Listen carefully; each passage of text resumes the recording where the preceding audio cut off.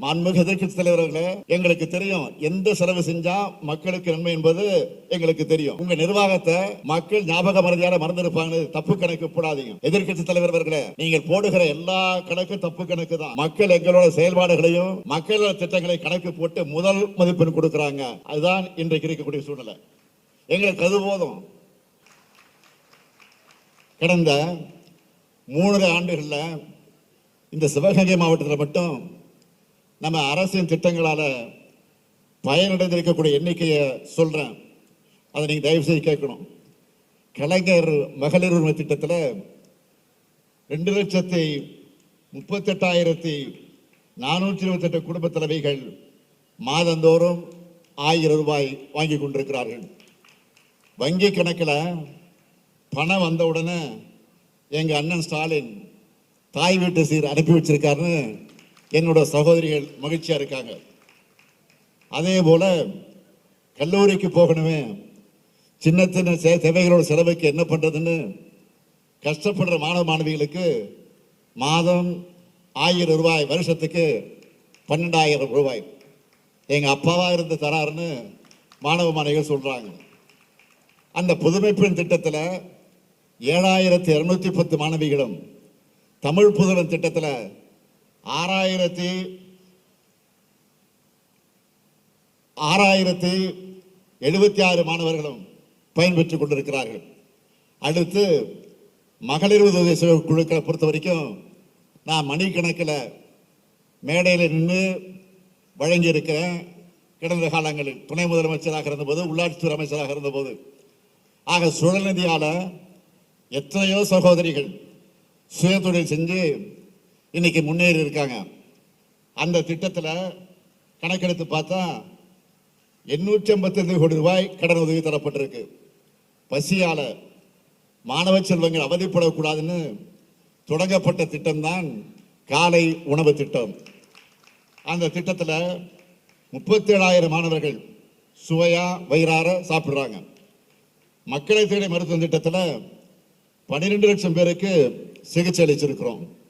மருத்துவ காப்பீட்டு திட்டத்தில் 1,34,000 பேர் பயனடைந்திருக்கிறாங்க. 62,000 பேருக்கு முதியோர் ஓய்வூதியம் கொடுத்திருக்கிறோம். 27,938 பேருக்கு மனைப்பட்டாக்கள் கொடுத்திருக்கிறோம். 23,553 பேரோட நகைக்கடன் தள்ளுபடி செய்திருக்கிறோம். 24,969 உழவர்களுக்கு பயிர்க்கடன் வழங்கியிருக்கிறோம். 8 லட்சம் உழவர்களுக்கு பல்வேறு உதவிகள் செய்யப்பட்டிருக்கு. 3,822 உழவர்களுக்கு புதிய இலவச மின் இணைப்பு வழங்கியிருக்கிறோம். 65 திருக்கோயில்களில் குடமுழுக்கு நடத்தி இருக்கிறோம். கழனிவாசல் கிராமத்தில் சிப்காட் வளாகம் அமைக்க நிலம் கையகப்படுத்தும் பணிகள் நடந்து கொண்டிருக்கிறது. இது மட்டுமல்ல, இந்த சிவகங்கை மாவட்டத்தில் இதுவரைக்கும் 91,265 பேருக்கு 38,52,55,476 ரூபாய் மதிப்பிலான நலத்திட்ட உதவிகள் வழங்கப்பட்டிருக்கு. இதெல்லாம் சிவகங்கை மாவட்டத்துக்கு மட்டும் கடந்த 3 ஆண்டு கால ஆட்சி காலத்தில் நாம் செஞ்சிருக்கிறது. அடுத்தடுத்து இன்னும் நிறைய செய்ய இருக்கிறோம். அதுக்கு அடையாளமா இந்த விழாவில் 4 அறிவிப்புகளை நான் வெளியிட விரும்புகிறேன். முதல் அறிவிப்பு, இப்போ சிவகங்கை மாவட்ட ஆட்சியர் அலுவலகமாக இருக்கிற கட்டடம் கட்டப்பட்டு 40 ஆண்டுகளாகி அது பழுதடைந்து இடப்போதாக்குறை இல்லாத சூழ்நிலையில் இருக்கிறது என்பது எல்லோருக்கும் தெரியும். அதனால பல துறைகளோட அலுவலகங்கள் வாடகை கட்டடங்கள்ல இயங்கிக்கிட்டு இருக்கிறது. அதனால எல்லா மாவட்ட அலுவலகங்களும் ஒரே இடத்துல சிறப்பாக செயல்படக்கூடிய வகையில் 89 கோடி ரூபாய் மதிப்பீட்டில் புதிய கூடுதல் கட்டடம் கட்டப்படும். 2வது அறிவிப்பு, சிங்கமுனரி, திண்டுக்கல் மற்றும் காரைக்குடி நகரங்களுக்கு போற வாகனங்கள் திருப்பத்தூர் நகர பகுதிக்குள் வராமல் போற வகையில் திருப்பத்தூர் நகரத்துக்கு 50 கோடி ரூபாய் செலவில் புதிய புறவழிச்சாலை அமைக்கப்படும். 3வது அறிவிப்பு, கடந்த ஆண்டு மாநகராட்சியாக தரம் உயர்த்தப்பட்டு விரிவாக்கப்பட்ட காரைக்குடி மாநகராட்சிக்கு புதிய மாநகராட்சி அலுவலகம் அமைக்க 30 கோடி ரூபாய் நிதி உதவி வழங்கப்படும். இப்படி நம்ம அரசு துல்லியமாகவும் துரிதமாகவும் செயல்பட்டு வருது. அதனாலதான் ஒட்டுமொத்த தமிழ்நாட்டு மக்களும் ஒவ்வொரு மாவட்டத்துக்கும் என்னென்ன செஞ்சிருக்கிறோம்னு ஒவ்வொரு மேடையிலும் நான் புள்ளி விவரத்தோடு சொல்லி வரேன். இதையெல்லாம் இன்றைக்கு மாண்புமிகு எதிர்க்கட்சி தலைவரால் தாங்கிக் கொள்ள முடியல. என்ன செய்வது? அதனால அவர் வாய்க்கு வந்தபடியெல்லாம் பொத்தாம் பொதுவாக கொடுத்த வாக்குறுதிகளை நிறைவேற்றலன்னு தொடர்ந்து புலம்பிக் கொண்டிருக்கிறார். 20 விழுக்காடு வாக்குறுதிகளை கூட நிறைவேற்றலன்னு எரிச்சலோடு புலம்பிக் கொண்டிருக்கிறார். அவரால் நான் கேட்க வரும்போது அவரால் இந்த குற்றச்சாட்டுக்களை நிரூபிக்க முடியுமா? திண்ணையில உட்கார்ந்து கொண்டு வெட்டி பேச்சு பேசுற மாதிரி வாய்க்கு வந்தபடி எதிர்க்கட்சி தலைவர் பேசலாமா?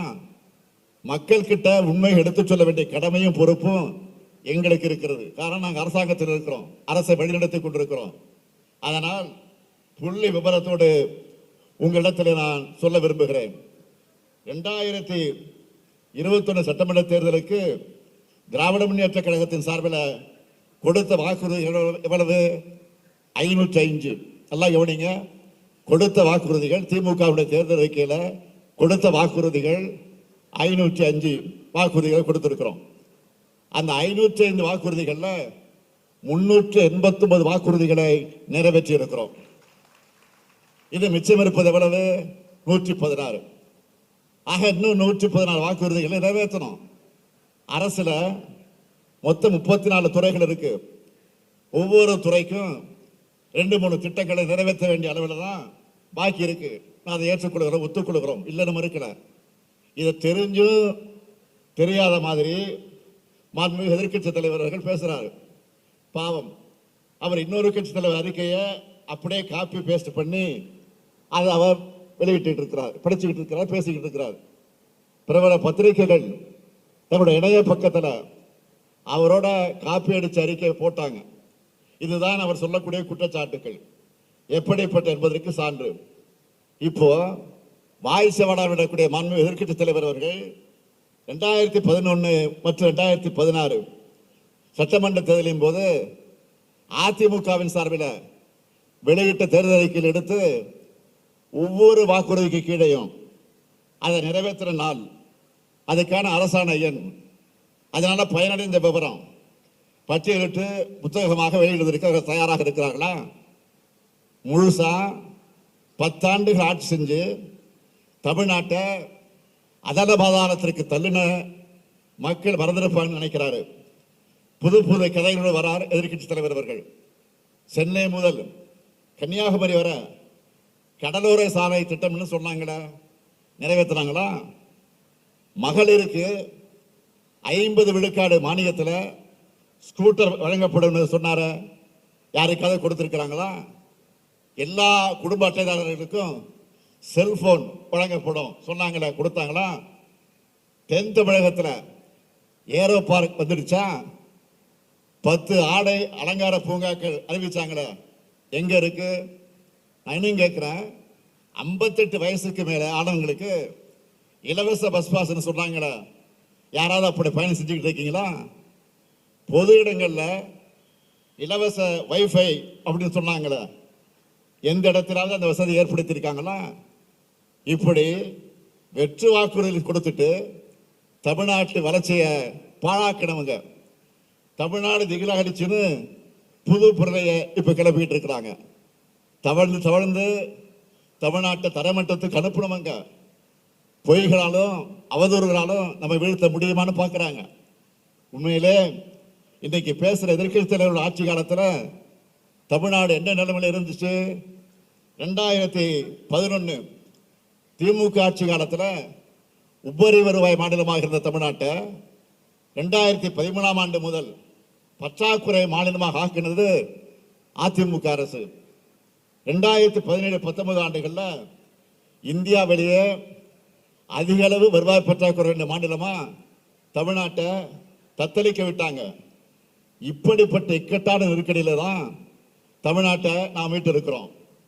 இத்தனைக்கும் அதிமுக ஆட்சி காலத்தில் அவங்க முதுகு வளைஞ்சு சேவை செஞ்ச அவங்களுக்கு இணக்கமான ஒன்றிய அரசு இருந்துச்சு.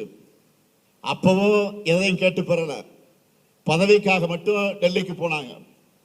ஆனா நாம ஆட்சிக்கு வந்ததும் அதே ஒன்றிய அரசு நம்மளை தமிழ்நாடு அரசா பார்க்காம கொள்கை எதிரிகளா பார்த்து திட்டங்களை முடக்கினாங்க. ஒன்றிய அரசோடு அந்த ஓரவிந்தனைகளை மீறித்தான் தமிழ்நாட்டை இன்றைக்கு நாம் முன்னெடுத்துக்கிட்டு இருக்கோம்.